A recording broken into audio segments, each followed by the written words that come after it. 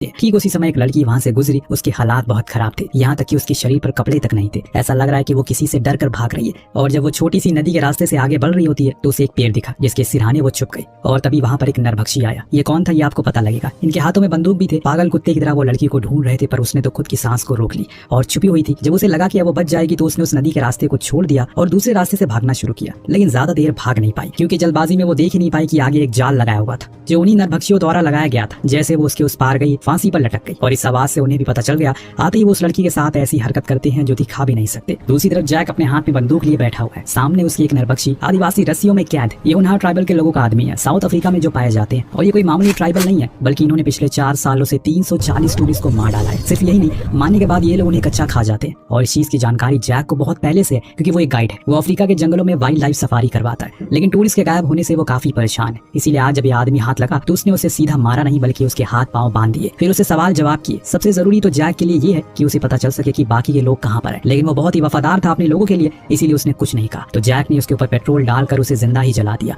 पर उसे ये बात पता है, ऐसा करके उसने और भी उसे गुस्सा पैदा कर दिया है उन ट्राइबल के अंदर। पर उसे किसी भी हाल में उन्हें पकड़ना है और इस जंगल से दूर ले जाना है। बीच में वो एक अफवाह ये भी उड़ी थी कि वो अपने लोगों को शहर में ले जा रहे हैं जहाँ वो वहाँ पर कब्जा कर सकेंगे। अब जैक अपने बॉस के पास गया, उन्हें कहा कि हमें कुछ दिन के लिए सफारी को रोक देना चाहिए क्योंकि आए दिन टूरिस्ट गायब हो रहे हैं। पर बॉस तो उसे ये कह देता है कि तुम्हें अपने काम पर फोकस करना चाहिए, ना कि इन चीजों पर। अगर हम सफारी को बंद कर देंगे तो कंपनी लॉस में चली जाएगी और तब तो तुम्हारी सैलरी भी नहीं मिलेगी। अभी एक टूरिस्ट का ग्रुप आया है, उसे सफारी पर जाना है, तो मैं जिम्मेदारी तुम्हें देता हूँ, जाओ, वो इंतजार कर रहे हैं। जैक तो बेचारा मायूस हो गया, यहाँ वो क्या करने आया था और हो क्या गया। खैर वो वहाँ से निकल गया। दूसरी तरफ हमें टूरिस्ट को देखा जो बेसब्री से इंतजार कर रहे थे तब वो जंगल के अंदर जाएं और उस रोमांच का मजा ले। उन्हीं में से एक न्यूली वेड कपल भी थे जो बेहद ही खुश थे क्योंकि ये साथ में उनकी पहली ट्रिप होने वाली थी। यहाँ जैक अपनी असिस्टेंट के साथ जगहों की लिस्ट बना रहा था जहाँ जहाँ उन्हें जाना था। इनके पास उन पूरे जंगल का नक्शा था, लेकिन जैक तो वैसे भी हर एक कोने को जानता है इस जंगल का। जब ये लोग निकल रहे होते हैं तो उसी समय कैरी ने आकर इनसे विनती करी अगर ये थोड़ी देर और इंतजार कर ले तो क्या पता उसकी गर्लफ्रेंड मारिया आ जाए। दरअसल आज सुबह उन दोनों की लड़ाई हो गई है, पर कैरी को यकीन था कि वो जरूर आएगी। तो अब सभी उसी इंतजार में बैठ जाते हैं। वहाँ टोनी पहुंच गया जिसे एडवेंचर बेहद पसंद है। उसे इस पूरे जंगल का छप्पा छप्पा पता है। पर सबसे अहम बात तो ये थी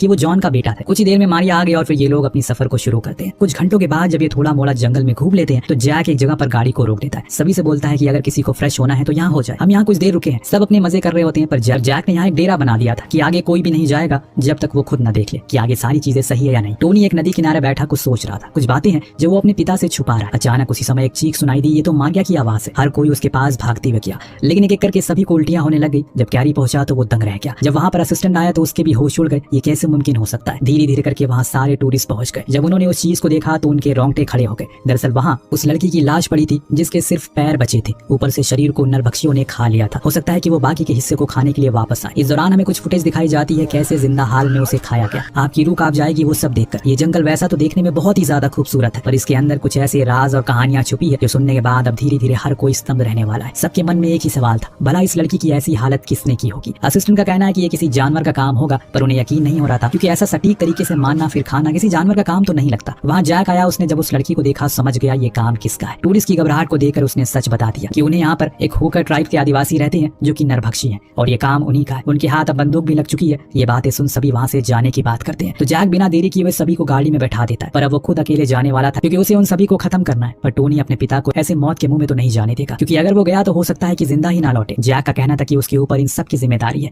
वो अपने बेटे और असिस्टेंट को देकर खुद अकेले निकल गया। जैसे ही कार आगे बढ़ी तो हमें देखा कि उसके नीचे एक आदिवासी छुपा था जो कुछ छेड़खानी कर रहा था, यानी कि इन लोगों के ऊपर बहुत पहले से उसने नजर रखी थी। उन नरभक्षियों ने बस वो सही समय का इंतजार कर रहे थे। चलते चलते काफी अंधेरा हो चुका है। ठीक उसी समय इनकी कार रुक गई। टोनी ने चेक किया तो पता चला कि लंबे समय तक चलने की वजह से ऐसा हुआ है। वो बहुत ही ज्यादा गर्म हो गई है। अब आगे एक मील भी खिसक नहीं सकती, यानी कि यही इसी जंगल में लोगों को रात काटनी होगी।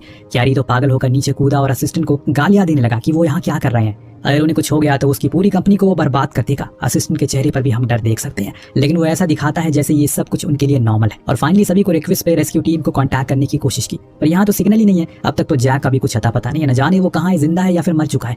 टोनी ने कैरी को शांत किया, कहा कि इनमें उनकी गलती नहीं है, उन सभी को एक टीम की तरह काम करना पड़ेगा, तभी वो इस मुसीबत से बाहर निकल पाएंगे।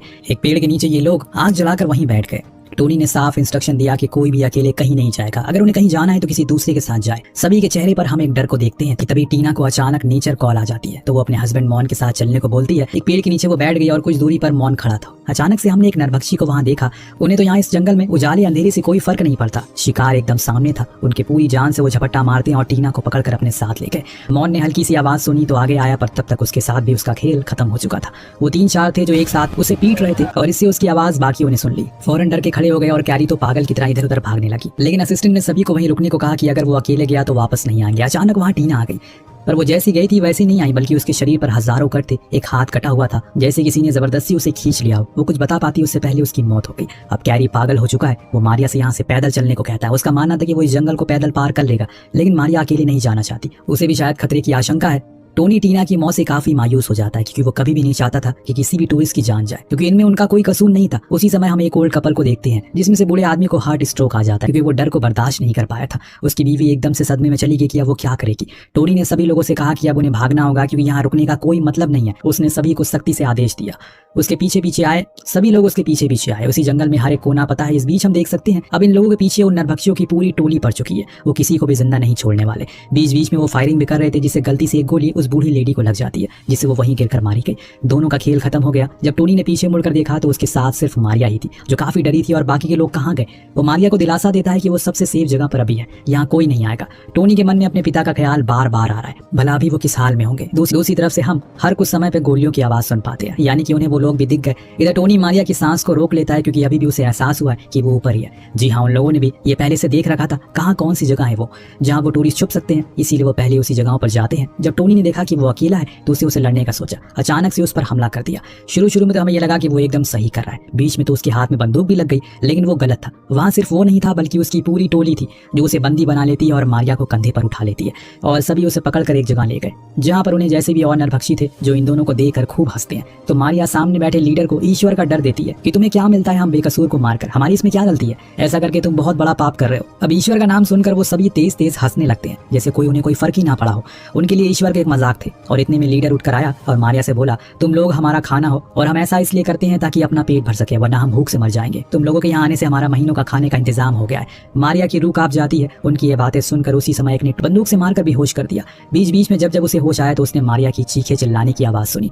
उसके आसपास वो सभी घेरा बनाए खड़े थे और उसे बस इतना ही दिखाई दे रहा। और जब उसे ठीक से होश आया तो वो खुद को एक वेयर हाउस जैसी जगह पर पाता है। उसके हाथ के साथ पैरों को भी ऐसे बांधा गया था जैसे अब एक एक करके उसके सारे पार्ट को वो काटेंगे। जब उसने अपनी गर्दन थोड़ी ऊपर उठाई तो दूर दूर तक कहीं भी मारिया नजर नहीं आ रही थी, बस उसके आसपास नरभक्षी थे जो अब उसके पास आ रहे थे। उसके हाथों में एक धारदार हथियार था जिससे वो उसके शरीर के हर हिस्से को टुकड़े में कर देंगे ताकि उसे खाने में आसानी हो। बेचारा टोनी बेबस होकर वहां पड़ा था, लेकिन इससे पहले कि वो उसे मारते पीछे से एक गोली आई और सीधा उसकी खोपड़ी में जा लगी। वो आदिवासी वहीं मारा गया और ये गोली चलाई थी जैक ने। जी हाँ, वो जिंदा है। उसने अब अपने बेटे को मौत के मुंह से बचा लिया, लेकिन असली खेल तो अभी शुरू होगा।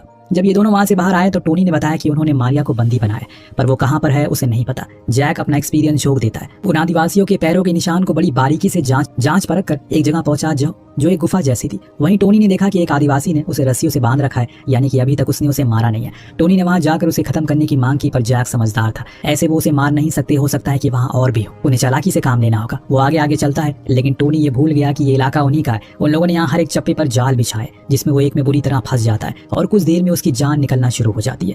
वो बुरी तरह से तड़पने लगता है। इन चीजों के बारे में गुफा में मौजूद उन सभी को पता चल जाता है बाहर कोई फंस चुका है। वो फौरन आकर उसके पास खड़े हो गए, उसे मारना शुरू कर दिया। जैक जो कि आगे निकल चुका था, वो अपने बेटे को ऐसे दर्द में नहीं देख सकता। उसने गोलीबारी शुरू कर दी। हालांकि वो ऐसा कभी नहीं करना चाहता था, क्योंकि ऐसा करके उसने बाकियों को यहाँ बुला लिया, लेकिन अगर वो गोली नहीं चलाता तो उसके बेटे को वो लोग मार देते। अब दोनों तरफ से गोलियां चलने लगी थी। जैक भी अब पूरी जान से लड़ता रहता है, परंतु कुछ ही देर में उसे एहसास हो गया कि अब वो इस लड़ाई में पूरी तरह से शामिल हो चुका है। अब या तो उसे खुद मरना पड़ेगा या फिर इन लोगों को मारना होगा। बीच वाला कोई रास्ता नहीं बचा। कुछ देर के अंदर उसे एहसास हो चुका है कि अब बाजी उसके हाथ से निकल चुकी है, क्योंकि जब लगातार चारों तरफ से गोलियां चलने लगती है तो वो घिर जाता है। अभी भी वो लड़ता रहता है। तो वहाँ टोनी, जिसने खुद को आजाद कर लिया था, अब वो मारिया के पास जाता है ताकि उसे भी आजाद करवा सके। उसने उस आदिवासी पर गोली चलाई, लेकिन निशाना चूक गया। लेकिन जब उसने शूट किया तो सीधा एक गोली उसके कंधे पर लगी, इससे वो वहीं बेहोश होकर गिर पड़ा। इधर मारिया ने इस चीज का फायदा उठाया, उसके मुंह पर एक नुकीली चीज से हमला किया, जिससे वो वहीं गिर गया। वो खुद को आजाद करके वहां से भागने लगती है। जंगल में एकदम अंधेरा था, पर आजादी की रोशनी उसे साफ नजर आ रही थी, जिसके पीछे पीछे वो पूरी जान से भागती है। पर अफसोस ज्यादा देर वो भाग नहीं पाई, क्योंकि इस पूरे जंगल में सिर्फ उन्हीं आदिवासियों का कब्जा है। हर जगह उनके लोग मौजूद है जो मारिया को दबोच लेते हैं, और उन्होंने तो अब जैक को भी दबोच लिया। जी हाँ, वो अभी भी उनके चंगुल में आ चुका है। जब वो सभी अपने लीडर के सामने उसे लेकर आए तो वो बहुत खुश हुआ, क्योंकि उसे पता है जो पहले उसका साथी जिंदा जलाया गया था वो इसी आदमी ने किया था। इसीलिए वो अपने लोगों से कहता है इसे हम बहुत आराम से खाएंगे, सिर्फ उस दिन जिस दिन कुछ खास हो। यानी कि वो जैक को ज्यादा दर्द देना चाहते थे। जैक के अंदर थोड़ी मोड़ी जान बची थी, तो वो हंसते हुए बोला कि तुम जैसे लोगों को हमारी दुनिया में नाली का कीड़ा बोलते हैं। लीडर का खून खोल गया। लीडर उसके पास आया, बोला कि अब तेरी बारी अधिकारी है, तूने बहुत से लोगों को मारा है और मैंने उन लोगों की मौतों को करीब से देखा है। इतना कहकर जब वो अपना मुखड़ा हटाता है तो जैक दंग रह गया। वो उसका असिस्टेंट था। ये सच जानने के बाद उसके होश उड़ गए। कई सारे सवाल उसके मन में आने लगे, पर सबसे पहली चीज उसने जो पूछी वो ये थी कि भला वो ऐसा क्यों करता है, आखिर उन लोगों का क्या बिगाड़ा उसने। तो उसने कहा कि वो ये सब अपने देवता को खुश करने के लिए करता है, जो यही हमारे साथ हमारे जंगल में रहते हैं। हम लोगों को मारकर उनके सामने रख देते हैं, फिर और पहला भोग वो कुछ चखते हैं, जिसके बाद हम उस आदमी को एक एक करके खा जाते हैं।